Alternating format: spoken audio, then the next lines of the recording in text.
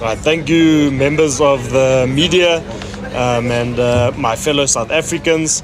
Now, while you continue to suffer under load shedding, the National Energy Regulator of South Africa has approved a 30% tariff increase to Eskom, which is completely unaffordable and completely unsustainable. And so as the DA, we're here today at the North Gauteng High Court and to request two things and to argue two things. The first one being that load shedding be considered unconstitutional and deemed unconstitutional, and the second being that the 30% tariff increase be deemed invalid. The reality is that under stage 6 load shedding, the South African economy has cost 900 million rand a day. And it is unfair for South Africans to continue to fit the bill of the ANC's failures. So today I'm joined here by our leadership. To my right, we have Msimanga, our Gauteng provincial leader. We have Winde next to him, the Premier of the Western Cape. We have Meyer, who is our federal chairperson, as well as Helen Zille, who is our federal council chairperson. So Solly will allow you to go first. Thanks. Well, thank you very much and good morning, everybody. We are here in Gauteng where in the last statistics shows that we are not growing. The economy is actually not growing, but it's actually then taking a very, very, very, very negative turn. We are seeing crime spiraling out of control. We are seeing infrastructure being damaged, being destroyed. Municipalities not being able to then continue with the maintaining and the sustaining of our electricity infrastructure. Cable theft is also now on an increase because of load shedding. And when there's no load shedding, you find that our infrastructure is actually then being compromised because the on and off is ensuring that our infrastructure is not able to then sustain itself. The economy has taken such a huge knock. Right now, the people of South Africa are paying R1.71 extra to buy petrol and R2.84 to buy a liter of diesel. Now, you can listen here. There's a number of diesels that are running here. Somebody is actually having to carry that. It means that businesses, when there's no electricity, they have to then make an alternative plan. And that alternative plan comes at a great cost. So we are here today to then say we will stand with the people of South Africa, we'll stand with the people of Gauteng, and the ANC must take full responsibility for the chaos that they've landed to this country in. And we are in Gauteng saying that we need to have an alternative here. We need to have a plan. We are envying the Western Cape in terms of what they've been able, to start initiating, where, they now, when there's stage 2 or stage 3, they are not really affected as much by the outages. Whereas here in Gauteng, there's not even a single plan. We are now hearing time and time again from Panyaza Lesufi, there is going to be an announcement, but like the e-toll saga, we're just going to hear that until after the elections. We're not really going to get straight answers in terms of what needs to be done. We need to make sure that when we get out of this court, we have two things, as Kwena has said. One is that this load shedding, continuous load shedding, needs to be declared an unconstitutional issue. And also the 30%, nobody can afford it. The people, if you look at what Salga has been reporting, if you look at what the Auditor General has been saying, if you look at what COGTA reports are saying, municipalities are struggling because people are not able to afford to pay for exorbitant electricity amounts anymore. And if we're going to continue this way, it means that more and more people are not going to be able to then pay. It means more and more people are going to then start connecting more and more illegally, and which is not going to help any of the municipalities to come out of the financial distress that they find themselves in. And this is why we are saying here, the court must now give us a remedy, because the ANC clearly has failed to come up with a plan to arrest this issue. It is up to the courts and us to then fight a good fight for the people of South Africa. And hopefully we can get the majority of South Africans to join us on this fight that we are fighting. Thank you very much, Kwena. I'll hand over then to Premier Winde to then give us his experience. Thank you very much, Solly. Good morning, everybody. You know that that increase is 31.4%. And we have an inflation rate at the moment of 4.7%. So an increase over the next 2 years, which is 6 times the inflation rate. Now that is just unacceptable. And the kind of increase that the citizens are given of this country in this environment, when we have such hardship from an economic point of view, that kind of increase just makes things worse. But let's put that increase on top of the costs, and you heard in the introductory remarks, it's almost R1 billion a day that this country is cost, or the cost of load shedding to this country's economy. If you add that to the 2 billion a day that we are paying as citizens for the debt servicing costs of our country, if you've seen of late the report on Transnet, the cost of Transnet's failures, that's another R1 billion a day. Let's not even talk about how many billions a day corruption costs the citizens of this country. So there's no wonder that we are feeling this absolute economic crunch that every single citizen is feeling every single day. Now, I'm going to talk about what we're doing in the Western Cape. We stand here as the DA. We stand here to really take this to court to say this is absolutely unconstitutional. We need to make sure that there is a proper plan. As Solly says, the ANC don't seem to have any plans. Now, in the Western Cape, we have a number of plans. I'll talk about the energy plan, but before I get there, let me talk about the jobs plan. So we've got a jobs plan, growth for jobs, and you've just seen the latest statistics now. Our unemployment rate, because we have a plan, is now down by 6.6%, the lowest unemployment rate in South Africa. 20.9% is our current unemployment rate, and reducing. We have a safety plan where in the previous quarter, murder was down by 14%. It's down this quarter by 5.5%. And in the areas that we are focusing, the highest murder rate areas in our province, we focus on 13 of those areas. It's down by 5.7%. So we have a plan, and you can see the data, you can see the statistics. Now with energy, we also have a plan. The beginning of this year, we put our plan together. The first was to put an energy council together. Second was to put a budget to the plan. And the plan's budget is 1.1 billion from the province. We then add to that budget our municipalities' budgets also for ending load shedding. And that total budget now is sitting at just under 7 billion rand in the Western Cape. 7 billion rand that we're spending on energy to make sure that we end load shedding in the Western Cape. The plan is going to give us 5,700 megawatts of power. At the moment, we use 4,000 megawatts at peak. We, over the next few years, are going to end up with 5,700 megawatts. That mitigates total risk. It removes Eskom from the equation and makes sure that through our municipalities and private sector partnership and investment, we will have enough power for the current demand and for economic growth into the future. If you can already see in the city of Cape Town, 2 levels of load shedding better off than the rest of the country, and that is changing fast. By next year, you'll see that move to 3 levels and then on to 4 levels. Other municipalities are joining them. In George municipality already, we've got lots of investment happening, and you can already see the reduction in demand from Eskom because we've put the mitigation measures in place. We're going out to tender at the moment in the city for further power. 200 megawatts of renewable has already been tendered. A further 500 megawatts of power in tender at the moment. Stellenbosch just about to go out on tender.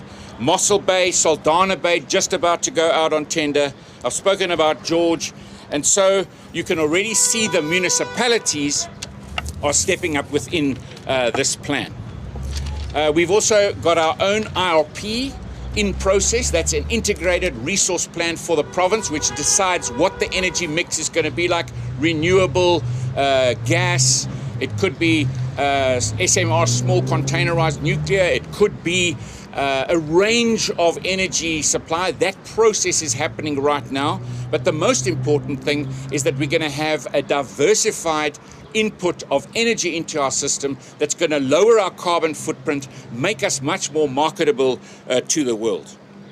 Our plans are also rolling out within our municipalities where we've put emergency money in place. We put 87 million rand in place at the beginning of this year. I've visited most of the municipalities already where generator systems, emergency generator systems are put in our sewage works and in our water works, because we cannot let sewage run in the roads while there's level 6 load shedding. We cannot have no water for our citizens while there's level 6 load shedding. So those emergency generation systems are in place quickly and to avert the current crisis while we are rolling out more sustainable options. So in our health systems and in our schools, we are rolling out solar PV with battery backup systems to make sure that our hospitals and our education spaces are sustainable through this energy crisis and moving into the future. 10 of our hospitals are already level 6 exempt. We're putting in a dedicated power line to the Khayelitsha Hospital so that they can also be exempt. 193 of our healthcare facilities have already got emergency generation systems in place. 68 of them run on smart meter data management systems. We have inverter systems running now at 51 of our clinics this year and a further 87 to go next year. These are the kind of plans that we are putting in place. We've got a pilot running at the moment with wheeling, where private sector can put up power in a system, and we will wheel that power from somewhere in the province to demand and buy it from another buyer in another part of the province or another municipality. We've also looking to the future with looking at a gas procurement process that is also being launched at the moment. We've got a green hydrogen plan into the future. We've got systems that are looking at pooled buying and municipal microgrids, because this is how we are going to manage the future modern energy system in the Western Cape. 24 of our municipalities have already got small-scale embedded generation approval, and 21 of them can buy power from the individual, from a citizen or a business who puts power back into the system. So these are the kind of plans that the province has put in place. And what I'd like to say, Solly, is that when the DA is in power next year in Gauteng, you can be rolling out exactly the same kind of plan in Gauteng, where we put plans in place and those plans turn to reality. And at the end of the day, it's the citizens that will benefit. It's the economy that will benefit. And I really look forward to sharing these plans with other DA municipalities and with other DA governments into the future. Thank you.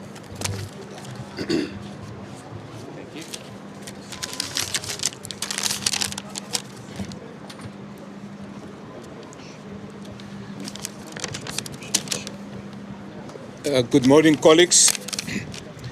We are here in Gauteng because this is the next center of political power in the election next year. But we're also meeting here because we have a government that no longer cares here in South Africa. And so for us, this is important because we are fighting for you, as we are fighting against this 31.4% increase in the electricity tariffs, because as my colleague said, it's unsustainable and unaffordable. People are suffering on a daily basis at schools, at creches, at homes, at small businesses, in hospitals all over South Africa. People are suffering as a result of this increase in the electricity tariffs, but they genuinely suffer because we have a government that simply does not care. More load shedding means more people will lose their jobs. And this is a government that simply does not care.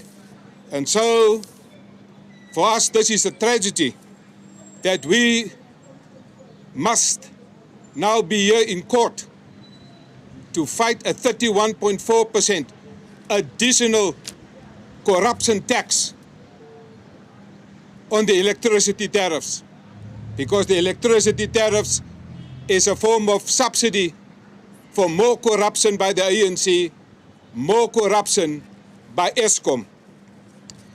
And we are here because we see the impact on the food prices, we see the impact on inflation, we see the impact on the cost of diesel. All of this bring more hardships to ordinary people, and the ANC and Eskom simply do not care. The ANC in Eskom is responsible for load shedding in South Africa. And now they want to increase the tariffs. But you get less electricity, you pay more, and you get more load shedding. This is why we are here in the High Court, here in North Gauteng, because we believe this must be stopped. But you can stop it, because next year is a very important, vital election taking place in South Africa. The ANC has cut your power. But next year, during the election, you can now go to the main switch and switch off the power of the ANC. But there will be two switches. The first switch is to switch off the power of the ANC. The second switch is to switch on your power and give power back to the people. And that is why this election is an important election taking place next year. But in order to switch on your power, you need to make sure that you are registered for this election. This is the most important election. If you want to switch off the ANC's power and switch on your power, we must make sure that everybody is registered to take part in the election next year. Because this is an important election. It's a make or break election. There's no off, nooit. It's now or never. And so this election, we must make sure that we are registered. And you can make sure that you are registered by going to check.da.org.za. I repeat, to make sure that you are registered for the election next year, to switch on your power, to switch off the power of the ANC, visit check.da.org.za. But the DA, as you heard from Premier Helen Winde, we have a plan. Next year, with a multi-party coalition government, we will focus on three main issues. Number one, electricity, security. Number two, jobs, jobs, jobs to stimulate the economy. And thirdly, focusing on crime prevention. But we must stop corruption at Eskom. We must stop corruption of the ANC. As Helen Winde explained, part of our plan countrywide will be to allow for an energy mix. We will privatize the energy generation and energy distribution and bring in more independent power producers. We will also cut the red tape in the energy circle. Very important, we will scrap the Ministry of Electricity, because since his appointment, we have more load shedding, more increases. We will scrap the Ministry of Electricity. And very important, to cut the red tape in the energy sector. And so we will make sure that we next year kickstart the economy, making sure that we have an independent resource plan that will make sure that we have sustainability in our energy supply. This is vital. This is critical, because we have a government that simply don't care. But you have the power to switch off the power of the ANC and switch on the power of the people. And we ask you to use your vote responsibly next year, because we want to grow the economy. Gauteng is the center of the economic power in South Africa. And this is the place that where we want to see massive economic growth. But you cannot have economic growth without sustainable energy provision. And we have a plan from the Western Cape, and we will implement that plan right here in Gauteng, because next year a new government is coming to Gauteng, but also a new government is coming to the union buildings. Thank you.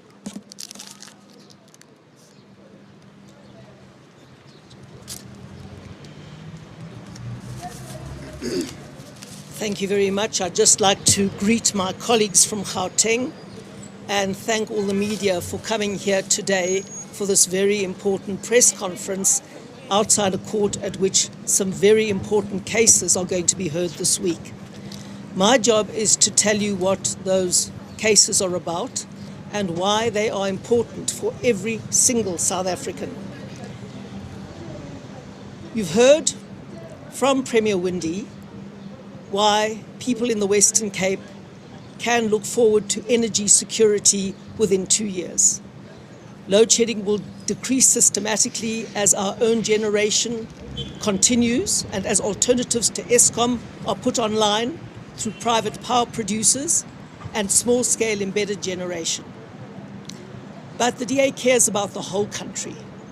We care about every place, even where the voters have chosen not to put us in government. Where they have, we can improve situations, and where they've put us into government for 15 years, as they have in the Western Cape, things can get dramatically better. But we will never ever give up on the rest of South Africa, and we are here in court today because our purpose is to ensure that the rest of South Africa is not left behind. Now, these crucial court cases are to ensure that responsibility for this crisis is acknowledged and laid where it must be, because that has crucial consequences. You've seen that load shedding is called economic collapse. Economic collapse causes massive unemployment. And in that context, the government still sees fit to raise the electricity tariff by 31.4% over 2 years in terms of the multi-year price determination. Now, we obviously could not sit back and allow that to happen. So we have done several things.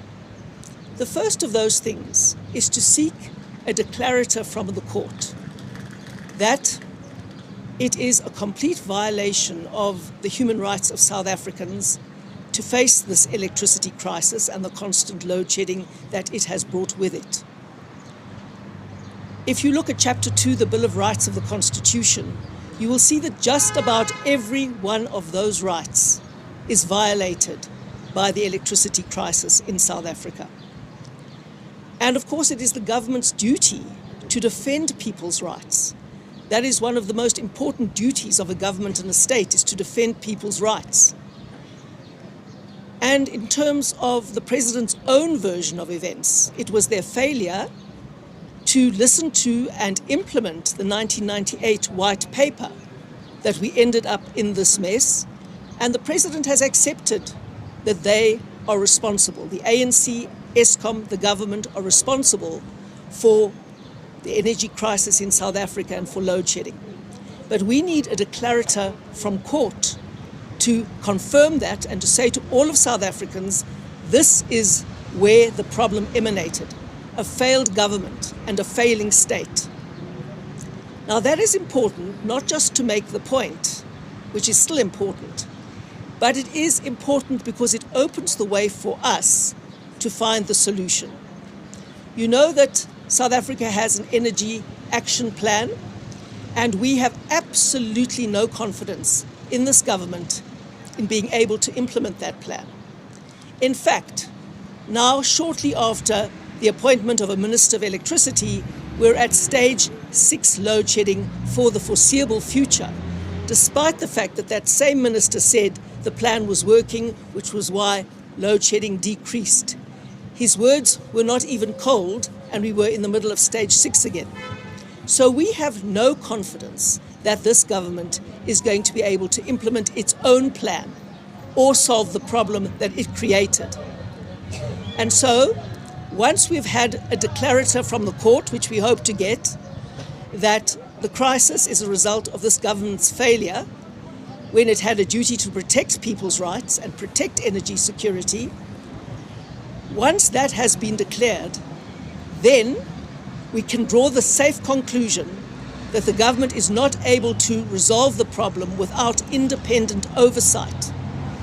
And so we'll be asking the court to appoint a special master, what in law is called a special master, to oversee, to regulate, to monitor the implementation of that plan. Because then we will get an independent insight into what is happening. We will be able to believe the reports we are getting. The person appointed will have to have real expertise to do the job. We've got proposals in our court paper as to how we should go about that. And once we've got a person there who we can trust and who can do the projections into the future accurately, South Africa can prepare for the reality, not wishful thinking, not political hot air, and we can go into the future on that basis and hold government to account on that basis. The second critical part of our case, the first part was to declare this constitutionally incompetent or contrary to the Constitution. Incompatible with the Constitution is precisely the words that we've used. The next step is then to challenge the price increase.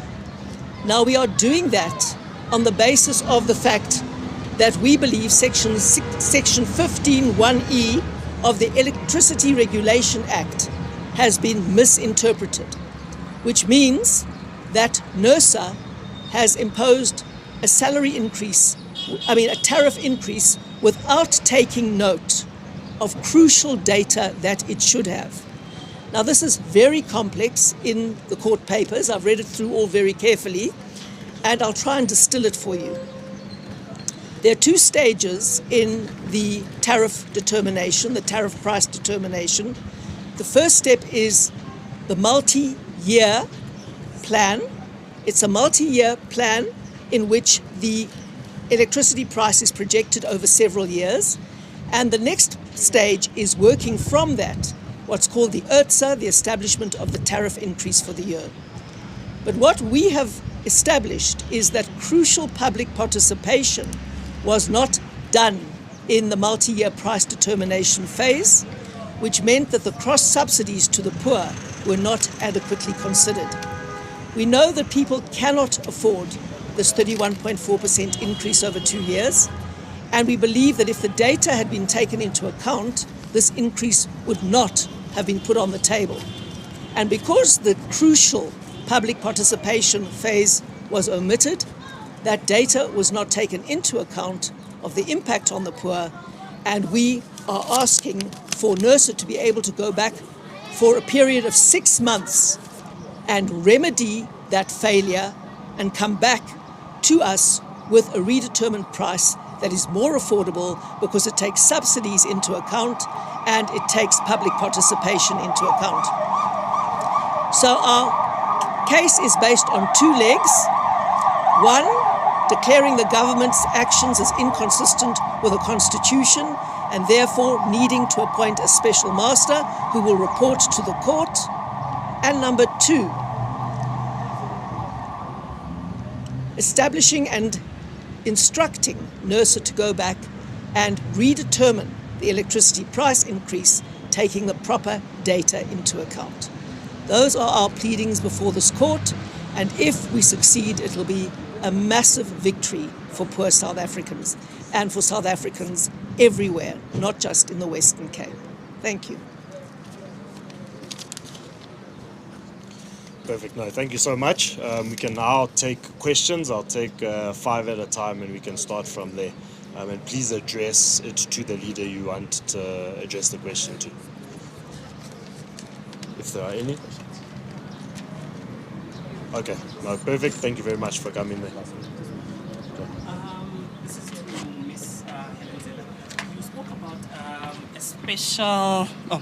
you spoke about a special master that you would want to be appointed. Do you have anyone in mind?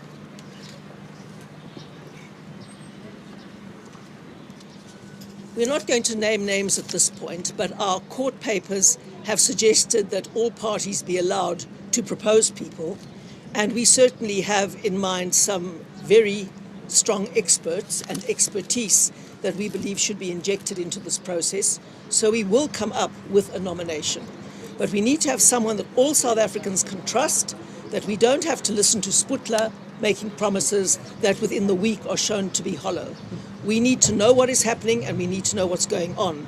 And it's important to say that if the court appoints a special master, which we hope they will do, it's going to be not the first time. There's a precedent for this. You'll remember when there was the SASSA grants crisis, another one's coming, but it's the one before that I'm talking about now. The court appointed a special master because they declared that the department was unable to solve that problem. We want the same declaration here, that the government caused this crisis, it can't solve this crisis, we are not getting fed the truth, and we need a special master. That is basically what it is. Right, no, thank you. As you can see, the DA does have a plan, and the reality is that this load shedding crisis is at the core of so many issues that we face as South Africans. With the rising costs of living, the DA will consistently be at the forefront of fighting for all South Africans. So thank you very much for your time today, and I think we can proceed with the events. Thank you.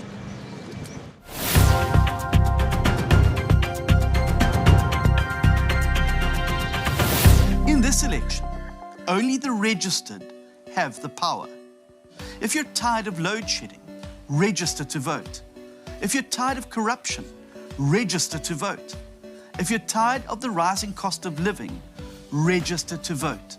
And if you're tired of a government that's continuously working against you, register to vote. Go to check.da.org.za and let's give power to the registered.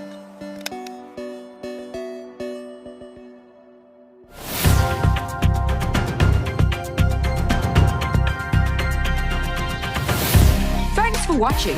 Like and follow our page on Facebook. Follow us on Instagram and Twitter. Subscribe to our YouTube channel and hit that notification bell.